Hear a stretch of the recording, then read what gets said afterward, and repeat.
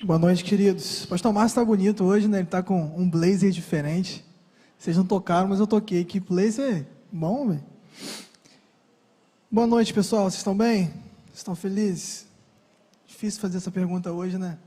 Acostumado a fazer essa pergunta, mas hoje é difícil.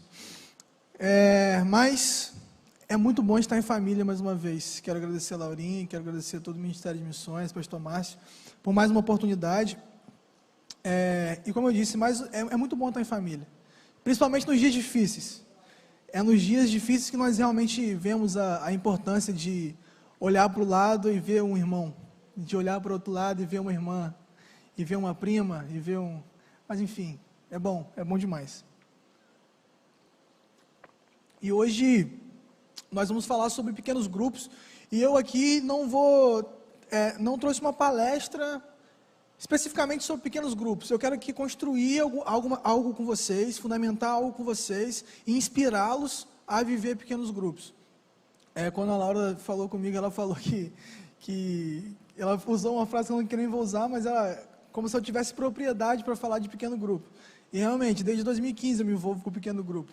Eu já auxiliei célula, lidero célula já faz 5 anos, a célula já multiplicou 3 vezes, 2 vezes, 3 ou 4 vezes, não me recordo bem. Mas assim, são 7 para 8 anos quase, trabalhando com células, vivendo discipulado em células, vivendo missões em células, e realmente é um privilégio. Realmente é algo que nos ajuda e nos transforma. Mas o tema da mensagem não vai ser pequenos grupos. O tema da mensagem é: quem disse que foi por você? E é um tema bem chamativo, bem conflituoso, porque Deus mandou, queridos. Desculpa, mas eu também não entendi muito bem não, mas vamos caminhar em cima disso. Marcos capítulo 2, versículo 1 ao versículo 12. Enquanto nós estamos abrindo, eu quero ler a introdução que eu coloquei aqui, porque nós vamos caminhar bastante em cima dela. Existe uma filosofia antropocêntrica em nossa teologia que tem nos afastado do Senhor, sem que percebamos. O entendimento que o Todo-Poderoso veio me salvar e me empoderar faz com que todas as coisas se voltem para o eu, no centro de todas as coisas. Mas eu preciso fazer esse questionamento para vocês, queridos. Quem disse que foi por você? E aqui, eu quero ler o texto, quero orar para a gente caminhar em cima disso, tá? Não me chamem de herege ainda, vamos terminar a leitura que vocês vão entender onde eu quero chegar. Marcos capítulo 2, versículo 1 ao versículo 12, vamos ler juntos? Poucos dias depois, tendo Jesus entrado novamente em Cafarnaum, o povo ouviu falar que ele estava em casa.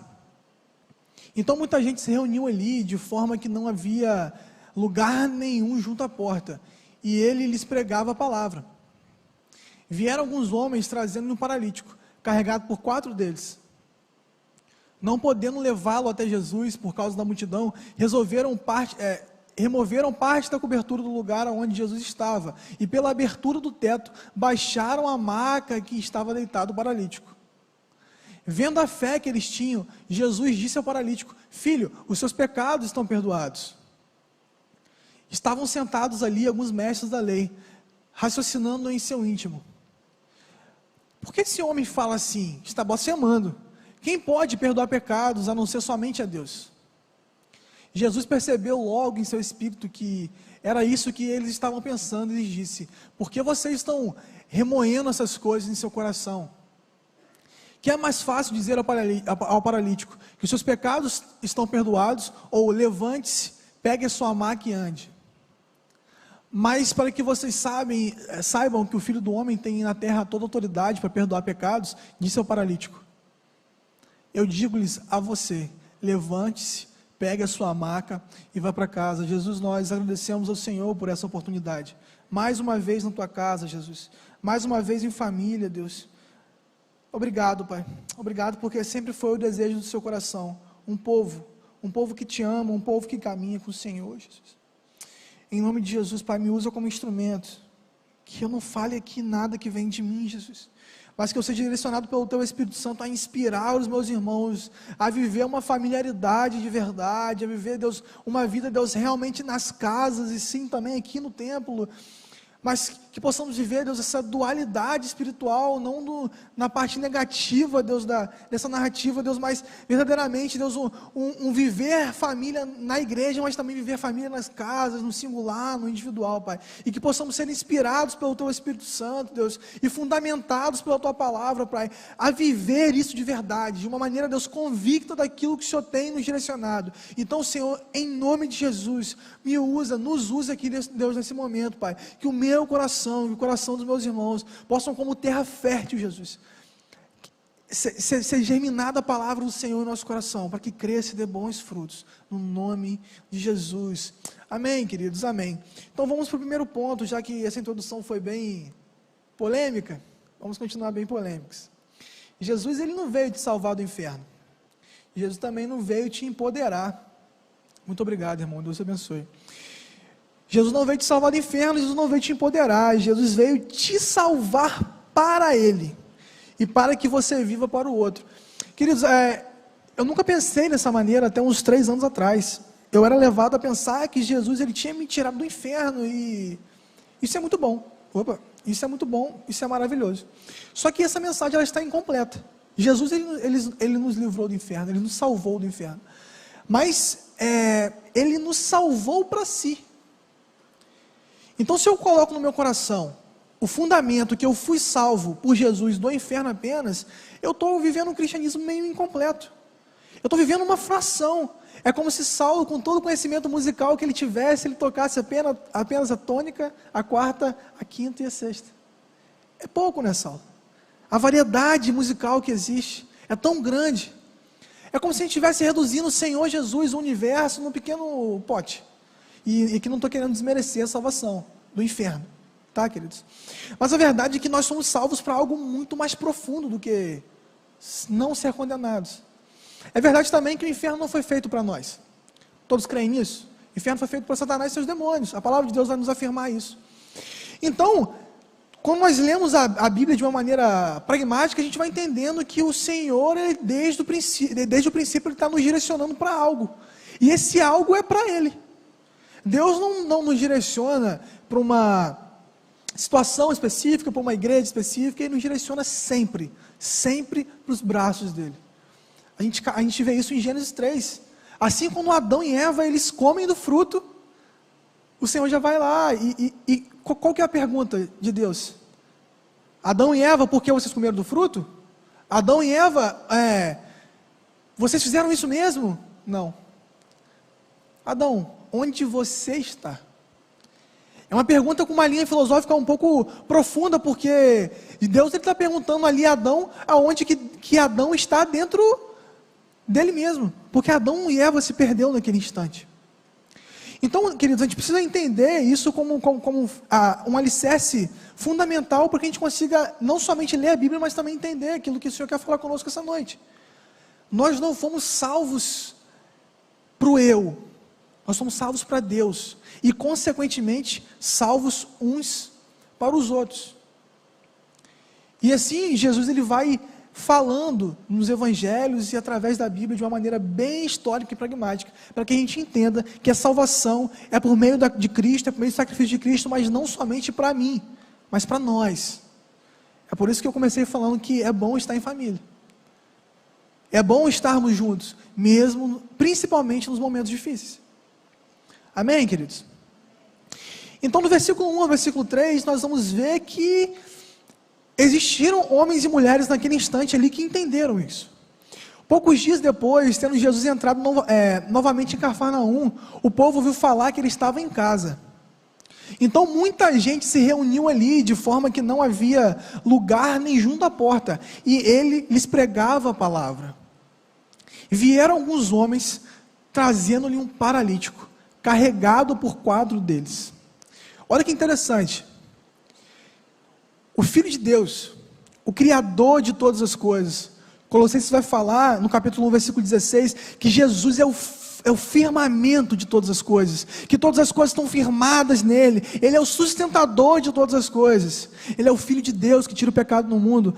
Pois nele foram criadas todas as coisas, nos céus e na terra, as visíveis e as invisíveis, sejam tronos, sejam soberanias, poderes ou autoridades, todas as coisas foram criadas por ele e para ele. Então, queridos, nós estamos falando desse ser, dessa criatura que não foi criada, ele é Jesus que estamos falando. E Jesus estava em Cafarnaum, e um grupo de amigos descobre, ele ouve falar, Jesus está lá. Nós não somos judeus de nascença, nós somos gentios, então a gente não está acostumados a, desde o nascimento, desde o 8º dia de vida, sermos preparados para algo. Os judeus, queridos, desde o nascimento, já ouvia falar sobre o Messias esperado, sobre aquele que iria salvar o povo de Israel das mãos, não somente dos romanos, mas antes dos persas, da Babilônia. Aquele que queria salvá-los de algo, queria tirar o pecado do mundo. E eles ouviram falar que esse cara, ele estava em Cafarnaum. O que nós faríamos no lugar desses amigos, desses homens e mulheres? Com toda certeza, eu falo por mim, eu teria chegado mais cedo, eu teria comido bastante em casa, não teria bebido muita água para que eu não tivesse vontade de ir no banheiro, para que eu pudesse sentar perto de Jesus e ouvir o que ele tinha para falar. Era isso que provavelmente nós faríamos, queridos. Sentaríamos nas primeiras cadeiras, esperaríamos um bom louvor, uma palavra incrível de Jesus, para a gente ir para casa com o estômago espiritual cheinho. E eu quero falar que isso não é de total errado, mas isso também não é a perfeição ou aquilo que Jesus queria para nós. Versículo 3 vai falar que eles levaram um paralítico. Vieram alguns homens, não tinham só 4 homens, trazendo-lhes um paralítico, carregado por 4 deles. Isso mostra, e eu peço que vocês abram em João 13:35, que existe algo diferente. Existe um entendimento em Deus que nos tira do centro de todas as coisas e coloca tanto a imagem de Deus, tanto o coração de Deus, que as coisas vão mudando na nossa cabeça. Os amigos não pediram oração a Jesus. Os amigos não queriam ouvir apenas uma oração incrível. João 13, versículo 35. Os amigos, eles não estavam ali para receber algo. Eles estavam direcionando um necessitado a quem realmente podia transformar a vida. João 13:35, com isso todos saberão que vocês são os meus discípulos, se vocês se amarem uns aos outros. Querido, seria incrível que se todos nós sentássemos aos pés do nosso amado Jesus para ouvir, sabe? Mas aqueles irmãos, eles fizeram um pouco diferente. Eles não foram sozinhos. Eles entenderam que o Evangelho não é o Evangelho. Eles entenderam que existe algo a mais. No entendimento que só Jesus salva. Sabe, tem um pastor chamado Paulo Borges Júnior que ele fala que o problema do calvinismo não é colocar a salvação na soberania de Deus, mas é colocar as coisas como se já tivessem feitas e que nós não temos responsabilidades com nada mais. E aqui não estou querendo criticar nenhuma linha teológica, mas como de maioria reformada, como batista, como presbiteriano, como denominações tradicionais, nós nos esquecemos muitas das vezes do olhar para o lado. Pastor Márcio, ele falou que a nossa igreja é uma igreja missionária e missional. Uma igreja missional é que no seu trabalho você é um pastor, no seu trabalho você é um evangelista, e você de maneira nenhuma vai ter que trazer o seu irmão do trabalho para a igreja para que o pastor Márcio pregue o evangelho para ele, porque isso está errado. Porque se eu sou representante de Cristo, e todos nós cremos que todos nós temos os dons, os talentos que o Espírito Santo dá para a gente não pode colocar sobre a figura de um homem, ou de um grupo de pessoas. Aqui está o irmão Alberto Wagner, o vice-presidente da igreja. Imagina que todo o peso espiritual da igreja está sobre a vida do irmão Alberto e do pastor Márcio. Isso está errado, queridos. Isso não é o Evangelho. Isso é terceirizar o Evangelho. Isso é o consumismo no nosso coração. Por isso que eu falei aqui no início da introdução que existe uma filosofia antropocêntrica no nosso meio que tem nos afastado do Senhor sem que a gente perceba. Essa teologia do eu sou salvo para mim mesmo. Não importa, eu já fui salvo, então eu faço o que quiser. Não importa, eu não estudo a Bíblia. Eu não vou pesquisar porque eu não tenho que sanar a dúvida de ninguém. Eu não tenho que abençoar ninguém, porque só eu sou abençoado. E aqui no momento de dízimo eu pago a igreja para que o pastor Márcio e o Ministério de Louvor me dê um bom culto. Vocês sabiam que a gente não precisa de um bom culto, queridos? Se o som estivesse rachando aqui, se Lídia, que não aconteceu, mas desafinasse, para quem é crente, para quem é filho, isso não tem que constranger a gente, não. Pelo contrário. Algumas quartas atrás, Sival pregou aqui. Sival é um irmão, é um discípulo meu. E eu estava lá atrás, na câmera, lá na transmissão. E eu estava pensando o quão desafiador era para ele. E o quão ele estava encorajando a igreja, não somente nas coisas que ele estava falando, mas ele estava encorajando a igreja na dificuldade dele. Ele estava encorajando a igreja no não saber se falar ou ter uma oratória incrível. Ele estava desafiando e inspirando a igreja naquilo que ele não tinha propriedade. E falta isso em nós, queridos. A gente tem protegido tanto os nossos membros que a gente não tem dado a eles segurança de errar. Sabe o que eu estou tendo aqui agora? Eu estou tendo uma oportunidade de me desenvolver. Eu tenho 22 anos. Eu ainda não entrei no seminário, eu vou entrar no seminário. Mas eu estou aqui tendo uma oportunidade de me desenvolver como filho de Deus. Isso é um poder desenvolver com segurança. Porque se eu falar alguma coisa e eu tenho humildade para entender que eu posso errar, o pastor Márcio tem toda a liberdade de subir aqui depois e falar assim, queridos, não é bem assim. Mas tem faltado em nós esse olhar da familiaridade, esse olhar de, cara, eu estou aqui do seu lado, vamos caminhar junto, você não consegue, mas o pouco que eu sei eu posso te passar, ou eu não consigo, você pode me ajudar. Jesus, ele não veio te salvar na individualidade. E aqui eu peço que vocês abram Mateus capítulo 6, versículo 9, e João 3, do versículo 15 ao versículo 17. Vamos começar por Mateus, capítulo 6, versículo 9. E eu repito, Jesus, ele não veio te salvar na individualidade. Vocês orem assim, vamos lá todos juntos. Pai nosso que estais nos céus, só até aí. Repita comigo, Pai nosso. Vocês orem assim, Pai nosso. Não existe eu nessa familiaridade. E quem está falando ali, queridos, é o unigênito do Pai. Quem está falando ali é o unigênito, é aquele que tinha todo o direito.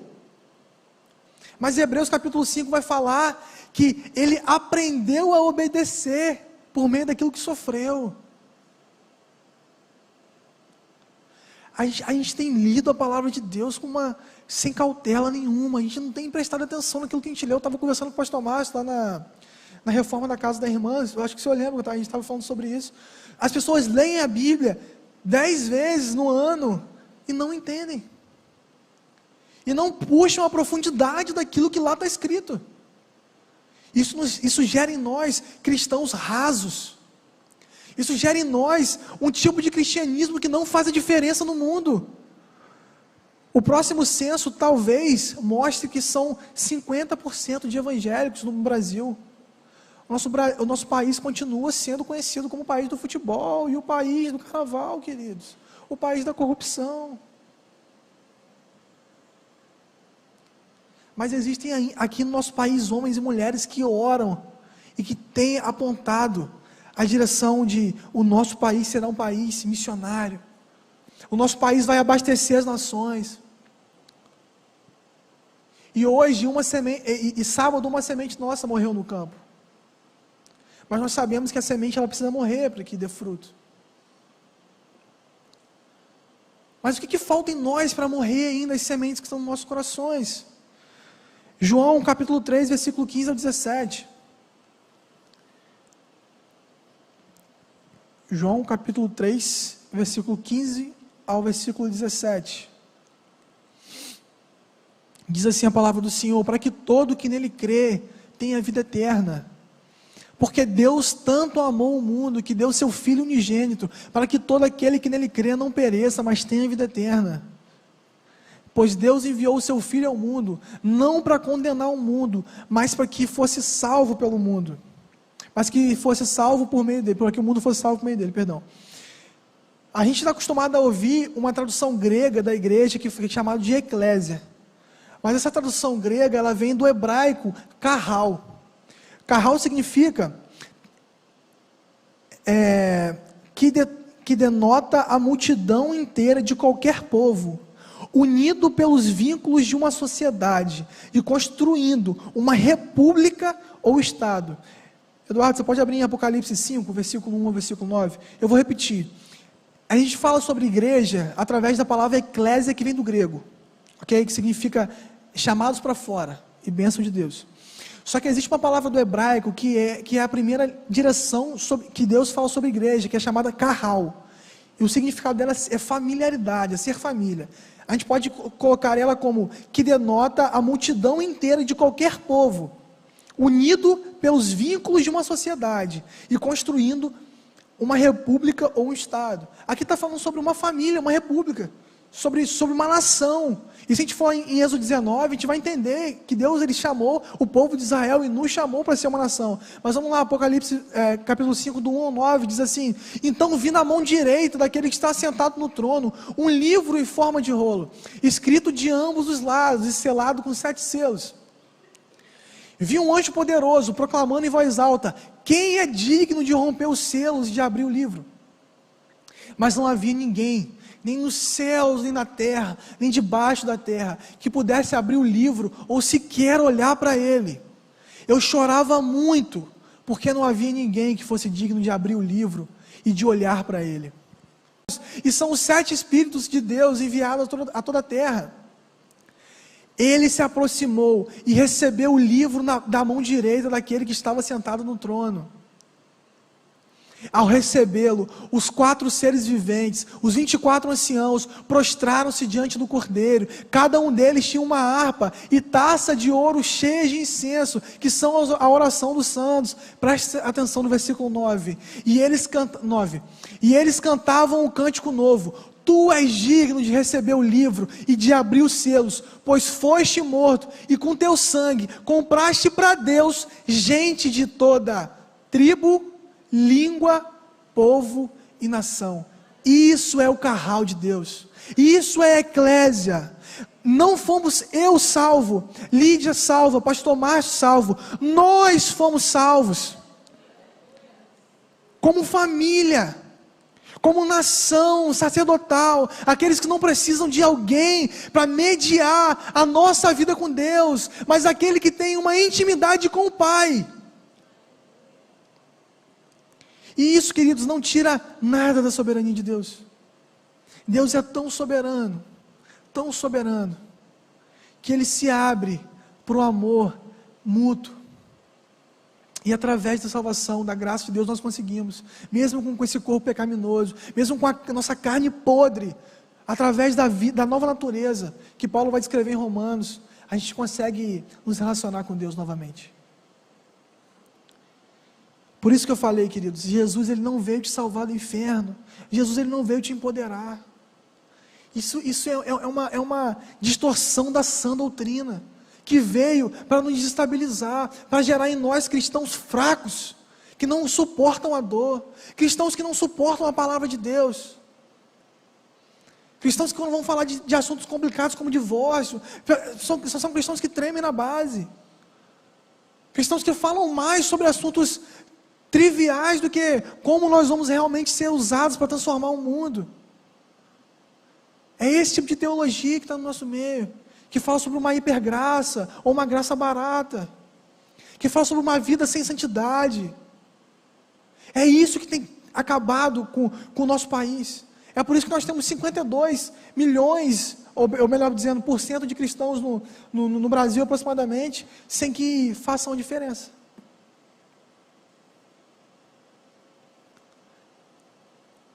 Isso é complicado, queridos. O que Deus tem me dado não é para mim. Marcos 2, capítulo 2, versículo 3 e 4. O que Deus tem me dado não é para mim. A gente tem que perder isso que Deus tem dado a gente é para nós. É um pensamento muito pequeno isso. Vamos lá, versículo 3 e versículo 4. Vieram alguns homens trazendo-lhe um paralítico, carregado por 4 deles. Versículo 4, perdão. Não podendo levá-lo até Jesus por causa da multidão, removeram-lhe a parte da cobertura do lugar aonde Jesus estava, e pela abertura do teto, baixaram a maca que estava deitado paralítico. Quantos aqui viram a série de The Chosen? Que fala sobre a vida de Jesus? Queridos, assistam essa série, é uma série incrível. E vai passar a irmã Lídia está aqui concordando comigo, a senhora viu, que eles tiram o telhado e baixam o homem na maca, e a gente consegue ver pela atuação brilhante daquele ator, um olhar de amor e compaixão de Jesus, e um olhar de felicidade, porque aqueles caras não estavam ligando para o que estava acontecendo. Se fosse no nosso meio hoje, queridos, às vezes nós, os líderes da igreja, os diáconos iriam interromper na hora aquilo que estava acontecendo. Porque foge do nosso quadrado, foge do nosso parâmetro, foge daquilo que a gente está acostumado, que é uma saudação inicial, nós lemos o versículo, oramos, 4 louvores, aí vem um momento de oração, e pessoal, eu não estou aqui falando contra a liturgia é bênção, tá? A palavra de Deus, Mateus 6,6 vai falar que nós temos que entrar no nosso quarto secreto. Isso é uma liturgia, queridos, é uma vida devocional que gera devoção, tá? Eu não estou falando contra a liturgia. Mas a verdade é que, muitas das vezes, nós estamos tão pragmáticos, tão organizados, que não há espaço mais para o Espírito Santo. E Deus deu àqueles homens e mulheres a possibilidade de andar, força nos braços, para fazer o que quisesse, inclusive para pescar. Naquela época, muitos pescavam, era esse o meio de sustento, e eles estavam emprestando os braços que puxavam redes para o seu sustento, para que eles pudessem descer uma maca. E aqui eu estou falando sobre algo que Deus tem nos dado. Às vezes Deus te deu um aumento de salário. Às vezes Deus tem te dado amigos, queridos, filhos abençoados. E nós não temos dado valor. No início do ano, eu estava na casa da mãe de Paulo Vitor. A gente estava lá, tomando banho de piscina, um dia incrível. E a gente estava na piscina assim, e muitas pessoas falando, esse ano é o caso, esse ano é o caso, esse ano é o caso. E Lara está aqui como testemunha. E eu virei para ela e falei assim, amor, a minha oração é que Deus me dê semente, para que eu possa plantar. A minha oração é que Deus, Ele me dê uma promoção, para que eu possa abençoar mais vidas. Queridos, hoje eu fui promovido 2 vezes, em um ano. E eu vou ser muito sincero com vocês, não foi por um desenvolvimento pessoal legal, eu não merecia isso. Eu mudei de empresa faz 2 semanas, e eu cheguei na empresa sendo promovido, eu nunca vi isso acontecer na minha vida. Era para eu chegar a nível 1, eu cheguei a nível 2, já cheguei como nível 2 da empresa. Isso não faz sentido, queridos. Mas Deus tem tentado me ensinar, e aqui eu quero compartilhar isso com vocês. Aquilo que Deus tem nos dado não é meu, não é nosso. Paulo Vitor sempre falou isso. Se o meu carro não puder dar carona, que Deus leve meu carro. A casa do Ministério da Juventude e a casa de Laurinha e Paulo Vitor. Lá nós choramos, lá nós rimos, lá nós tivemos que dar notícias tão tristes como essa semana. Mas lá nós recebemos um abraço acolhedor. Como é bom isso. E aqui eu quero entrar um pouco na parte da célula. Deus tem te dado uma casa, Deus tem te dado às vezes conhecimento sobre a palavra do Senhor, mas o evangelho está tão intrínseco dentro da gente, que a gente não separa esse eu, para viver esse evangelho de verdade. Então nós já não abrimos mais a nossa casa, nós já não abrimos espaço na nossa agenda, para que pudéssemos passar tempo em família. A nossa vida é tão importante para a gente, que a gente tem medo de ter que trocar o sofá da nossa casa. E aqui, com uma experiência própria, e como a palavra de Deus vai dizer em vários lugares, principalmente em 2 Coríntios capítulo 9, que Deus, Ele dá a semente ao que semeia. E aqui, como eu falei em uma das últimas pregações, aquele que pesca uma vez não é pescador. Aquele que joga bola uma vez não é jogador de futebol. Aquele que dá uma semente por ano não é semeador. Então Deus não vai suprir a semente de quem não é semeador. Mas quem tem um coração de semeador, Deus supre a semente. E a nossa mentalidade vai mudando. Eu conversando com o Almin esses dias, e eu falando um pouco disso para ele, e falando a parte teológica, e aplicando, e semeando na vida dele. E ele falou que ele achou R$100 na rua. E ele pegou R$100 e pensou assim, eu vou comprar um lanche. E na hora que ele falou isso, ele olhou, era de mentira, era dinheiro de mentira. Foi uma pegadinha incrível que Deus fez com ele. E ele veio até mim falar isso. Eu falei, cara, olha onde é que está seu coração, cara. Às vezes, queridos, você acha R$100 no chão, porque na esquina tem alguém que está precisando. E Deus, Ele quer te dar a semente para você semear. Às vezes Deus, Ele tem te dado um carro, ou uma espinha, um carro um pouco maior, para que você possa trazer mais gente para os cultos. Não tirando a sua responsabilidade de pregar o Evangelho, mas trazer santos para a comunhão dos santos, trazer irmãos para o lugar da família, sabe? Às vezes Deus tem te dado um ticket gordo, mas para que você possa fazer compras um pouco mais cheias, para que você faça mais almoços comunitários, para que você possa abençoar mais o celeiro do amor, mas para que você possa colocar um pouquinho de água no feijão, ou como na última vez que eu falei isso, me corrigiram, fazer 1 quilo a mais de feijão. A gente tem se perdido nisso. Não existe um cristão que não entenda o pequeno grupo como algo de Deus, tá, queridos? Isso é um fundamento, ok? Isso aqui não é uma maneira que a PIB do PS, ou que nos anos 90, algumas igrejas começaram a se mover dessa maneira. Isso é Jesus desde o princípio. Tá bom? O que Jesus fala com Pedro? Infelizmente você vai ter que largar sua esposa um cadinho aí, cara, para você caminhar comigo. E aí Pedro começa a caminhar com Jesus, tendo as responsabilidades com a esposa, claro. De maneira que Jesus cura a sogra de Pedro. E é uma questão complicada pedir para Jesus curar a sogra. É ou não é? Brincadeiras à parte. Mas logo depois Jesus morre. E a primeira coisa que nós vemos em Atos 2, em Atos 3, em Atos 4, é que eles se reuniam em casa e na sinagoga. Não é um método de crescimento de igreja. Então, se não é um método, é um fundamento, é um princípio, então não é opcional. É igual o dízimo, queridos. Dízimo não é um mandamento apenas, dízimo é um princípio. De maneira que dízimo não é opcional, porque princípios não são opcionais. Ok? Então entendemos que a vida nas casas não é algo opcional, é um princípio de Deus. É a maneira que o Senhor quer que nós nos relacionemos. De maneira que no culto comunitário, o pastor, o bispo da igreja, ele passa a visão da igreja. Mas nos pequenos grupos, nas casas, nós conseguimos viver aquilo que o pastor está pregando no culto. Entende a lógica? Deus, ele não dá ponto sem nó, não, queridos. As coisas são muito bem pensadas. Ele esquematizou muito bem as coisas. Então o entendimento sobre família me leva a ver no outro tudo, até que só haja Deus no outro.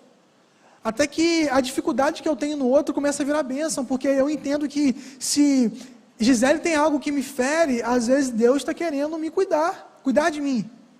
E aqui eu quero abrir um parêntese para falar que quando Pedro quis salvar Jesus da morte, Jesus chama Pedro de Satanás. Mas quando Judas beijou Jesus para levar Jesus à morte, Jesus chama Judas de amigo. Isso é bem complicado de entender, porque um tenta salvar e o outro quer matar. Mas de qualquer maneira, tudo aquilo que nos leva para a cruz é de Deus. Principalmente as tribulações. Amém, queridos? Então, nós temos que entender aquilo que Paulo vai falar sobre se gloriar no sofrimento. Tá bom? Gálatas capítulo 6, versículo 1 a versículo 4. O entendimento sobre família me leva a ver mais o outro, a olhar mais para o outro. E Jesus, ele começa de uma maneira progressiva nos evangelhos. Ele fala para primeiro não querer matar o inimigo. Depois ele fala para você amar o inimigo. E no final ele fala para você considerar o outro acima de você. Irmãos, se alguém for surpreendido por algum pecado, vocês que são espirituais, deverão restaurá-lo com mansidão. Cuide-se, porém, cada um para que também não seja tentado. Levem os fardos pesados uns dos outros, e assim cumpram a lei de Cristo. Se alguém se considera alguma coisa, não sendo nada, engana-se a si mesmo. Cada um examine os próprios atos, e então poderá orgulhar-se de si mesmo, sem se comparar com ninguém. Versículo 2, por favor. Levem os fardos pesados uns dos outros, e assim cumpram a lei de Cristo. Esse é mais um princípio. Isso é um princípio de irmandade. Um pastor chamado Paulo Borges Júnior, que eu citei ele anteriormente, ele fala que se você vai no restaurante e a comida for ruim, o que você faz? Você não volta nele, né? Mas é porque não é seu irmão. Porque se seu irmão abre um restaurante, você vai voltar até que fique bom. Correto? A gente não tem feito isso. Os empreendedores aqui da igreja têm gerado lojas, empresas, e nós escolhemos, às vezes, nós optamos pelo concorrente, nós não abraçamos a causa do nosso irmão. Nós temos uma dificuldade, nós não carregamos o fardo pesado uns dos outros. E é por isso que o PGM, que os pequenos grupos, eles são tão importantes. Porque eu não faço ideia do problema da Heloísa se eu não estou com ela. Se eu não tenho intimidade com ela, comunhão com ela, se eu não conheço a irmã Helena de verdade, como que eu vou saber o que ela precisa? 5 minutos no final do culto não gera intimidade com ninguém, queridos. Almoço gera. Lágrimas, sorrisos, isso gera intimidade. Nós precisamos entender isso. Porque nós não estamos vivendo essa realidade? É porque dá trabalho. Dá trabalho esse olhar de uns com os outros. Terça-feira passada, eu comecei minha célula falando assim, eu não queria que vocês estivessem aqui em casa, não. Comecei a célula dessa maneira. Fui falar uma semana, eu falei, queridos, eu estou cansado. Hoje não foi um dia que eu orei muito, então eu estou meio sem paciência. Eu queria dormir. Vocês estão aqui, 10 pessoas na minha sala, para me deixar a louça para eu lavar depois que vocês forem embora, para gerar bagunça. Minha mãe estava dormindo, aí já abriu a porta, falou assim, que barulho é esse? Eu tive que explicar que eu estava em célula. Mas eu estava lá, é um compromisso, porque dá trabalho. Dá trabalho você ter que se colocar no lugar do outro. Dá trabalho você ver um erro e você apontar o erro no sentido de cuidado. E você chegar para falar assim, Gisele, nós precisamos caminhar dessa maneira, olha o que você está fazendo. De uma maneira amorosa, exortando uns aos outros. Isso dá trabalho, isso é desconfortante. Gera um desconforto, ter que exortar o irmão e receber também. E por isso, abrindo um parênteses, que o Mumu ele era tão especial para mim. Uma das nossas últimas conversas, ele chegou para mim e falou assim, Vidal, eu sinto que você tem um problema com ego. E começou a descrever o que ele via em mim de problema, que eu não tinha visto.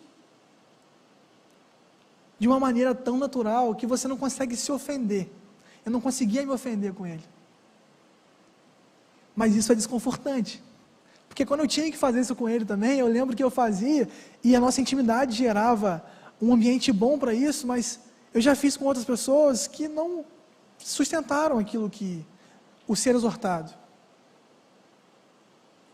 É ruim, é chato, você tem que cuidar, você tem que falar mais de uma vez. Quem cuida de novo convertido sabe disso. Você fala uma vez, a pessoa erra de novo. Aí você fala de novo, a pessoa erra de novo. Aí você vai na Bíblia. Aí você puxa um vídeo no YouTube. Aí você manda ela ler um livro. Aí você manda ela ler a Bíblia. E ela toda semana cai no mesmo erro. Toda semana cai no mesmo erro. Tem que ter paciência. E o pequeno grupo é isso. É você, às vezes, ter uma reunião apenas você e seu esposo. Apenas você e uma pessoa próxima. Eu fiquei 3 meses do ano passado, do final do ano passado, no começo desse ano, tendo a reunião da célula só comigo, eu e Sival. Eu e meu auxiliar, meu discípulo. Só nós 2. Uma reunião, 2, 3, 4. Na 5ª reunião foi o William. Aí ele foi, teve um encontro com Deus, começou a caminhar com a gente, começou a ser discipulado. Aí Mateus voltou aí na célula, está indo com a gente. Está indo, está sendo cuidado. Pedro, está indo, está sendo cuidado, está caminhando junto. Aí tem a gente chama João lá, João Grilo, a gente chama ele de Léo Stronda, que ele é magrinho. Aí a gente É sarcástico com ele. E minha célula está crescendo de novo. Mas porque eu persisti no uma pessoa. E quem conhece Sival sabe que ele é bem sanguíneo. Então ele ficava assim, a gente está fazendo alguma coisa de errado, a gente não está alcançando os povos, a gente não está... E ele é bem evangelístico assim, queridos. Então é difícil lidar com ele, porque quando está dois, ele está em choque, ele quer que venha todo mundo para a cela. Ele quer que a minha casa vira um auditório para que caiba 2.500 pessoas lá. E eu orando com ele, eu falei, meu irmão, Deus está nos apontando para um lugar de intimidade maior entre eu e você. E nós começamos a caminhar juntos. E agora eu estou direcionando ele a fazer discípulos como eu fiz com ele. Para que ele possa gerar. Assim, eu também conversei com o Paulo Vitor um tempo atrás sobre isso. Sobre nós cuidarmos uns dos outros. Sobre termos responsabilidades uns para com os outros. Isso dá trabalho. Isso dá trabalho. E esse é o segundo ponto. Então vamos só revisar para a gente ir para o terceiro ponto para finalizar. Primeiro ponto, Jesus ele não veio te salvar do inferno, Jesus não veio para te empoderar, Jesus veio para te salvar para Ele, e para que você viva para o outro. Primeiro ponto. Segundo ponto, o que é me dado não é para mim. Amém? Então repete comigo, o que é me dado não é para mim. Amém. Marcos capítulo 2 vai nos ensinar isso. E no versículo 5 de Marcos capítulo 2, nós vamos entrar no último ponto para finalizar, que é quando o povo de Deus entende o curral. Versículo 5 diz assim, vendo a fé que eles tinham, Jesus disse ao paralítico, filho, os seus pecados estão perdoados. Vendo a fé que eles tinham, Jesus disse ao paralítico, filho, os seus pecados estão perdoados. Isso é complicado quando a gente pensa que é salvação individual, quando Jesus fala um negócio desse. Isso é complicado. Como que a gente explica pragmaticamente que é salvação individual dentro desse versículo? Vendo a fé que eles tinham. A vida de Deus onde Deus está. A transformação onde a vontade se dobra diante de Deus. Atos capítulo 2, versículo 41 ao 47. Eu quero repetir. A transformação onde a nossa vontade se dobra à vontade de Deus. Quando a gente começa a parar de levar a nossa vida como se fosse preciosa e coloca, queridos, a sua vida ela é tão importante para mim que eu vou deixar de ver minha Netflix para que você possa ir na minha casa. Eu vou deixar de... eu e Lara, a gente conversou sobre isso logo no início do namoro, assim. Eu falei com ela, a gente se acertou dizendo que é egoísmo da nossa parte. Que o nosso relacionamento ele seja dado o fim de semana inteiro para que eu fique com ela e ela fique comigo. De maneira que ninguém cuida dela, ninguém cuida de mim, eu não cuido de ninguém e ela não cuida de ninguém. Isso acontece com a maioria das pessoas. Tá? Então, a minha vontade começando a namorar, como apaixonado, como ainda sou, mas era vê-la todo dia, todo instante. Isso sufocando, isso é normal do estar apaixonado. Mas nós tivemos que estabelecer esse princípio. Porque nós precisamos amar a Deus mais do que eu a amo. E ela precisa amar a Deus mais do que ela me ama. Porque eu sei que eu sou pecador, eu sei que eu sou ruim. E se ela me amar mais do que amar a Deus, ela não vai para um lugar bom. E por mais perfeitinho que ela seja, se eu amá-la mais do que eu amo a Deus, não vai dar certo. Ela vai ser um ídolo para mim.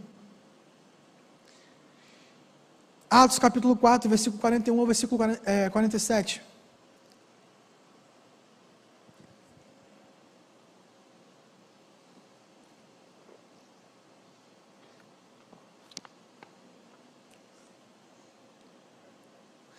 Enquanto Pedro e João, Atos capítulo 4, do 31 ao 35, perdão, eu me embolei aqui. 31 ao 35. Depois de orarem, tremeu o lugar em que estavam reunidos. Todos ficaram cheios do Espírito Santo e anunciavam corajosamente a palavra de Deus. Na multidão dos que creram, uma era a mente e um era o coração. Ninguém considerava unicamente sua coisa alguma que possuía, mas compartilhavam tudo o que tinha. Com grande poder, os apóstolos continuavam a testemunhar da ressurreição do Senhor Jesus e grandiosa graça que estava sobre eles. Não havia pessoas necessitadas entre eles, pois os que possuíam terras ou casas as vendiam e traziam o dinheiro da venda. E colocavam aos pés dos apóstolos, que distribuíam segundo a necessidade de cada um. Amém. Volta no versículo 33, por favor.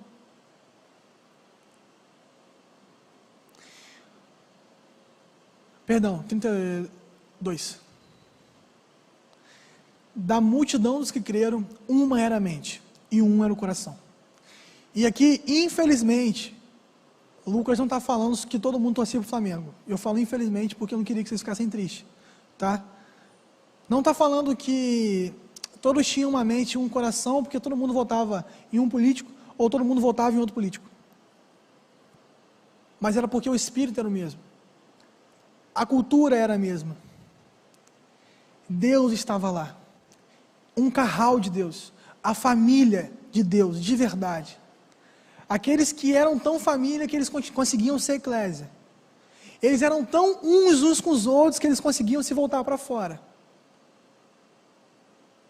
Eles estavam tão juntos de Deus que eles conseguiam ir por todo mundo, pregando o evangelho e discipulando também. É por isso que o pequeno grupo é tão importante, porque é uma oportunidade semanal de, mesmo sem vontade de ir, eu pegar a minha cruz e negar-me a mim mesmo. Eu mesmo, às vezes, fraco na fé, ser usado por Deus para transformar a vida do meu irmão, e estando mal, ser ajudado pelo meu irmão. Isso é fazer missões através de pequenos grupos. Como eu falei, eu não vim aqui para falar uma palestra sobre os pequenos grupos, mas encorajá-los a esse entendimento, a esse fundamento do que é essa vida em família e o porquê é tão importante. Amém, queridos? Vamos ficar de pé para a gente orar. Quero que chamar. Você vai encerrar o culto, pastor? Quero que chamar o pastor Márcio já. Peço perdão porque eu me excedi 3 minutos. Mas que possamos viver isso de uma maneira de verdade e com muita intensidade. Amém, queridos? Obrigado, Jesus, por todo esse tempo que nós estivemos aqui ouvindo a Tua Palavra. Que aquilo que não foi falado por mim, Deus, possa ser completado pelo Teu Espírito Santo. E eu peço ao Senhor, Jesus, toma a vida dos meus irmãos, de maneira que eles sejam inspirados a viver isso de verdade. Inspirados a viver essa familiaridade de verdade. Porque o Senhor, Deus, determinou que seríamos uma família. Tanto que o Senhor começa no Adão com uma família, Adão e Eva, e termina no milênio com a noiva e o noivo. Então queremos, Deus, viver essa familiaridade. Que o nosso Pai, que o Pai nosso, esteja sobre nós, cuidando dos nossos corações e nos inspirando a viver uma vida de verdade. No nome de Jesus.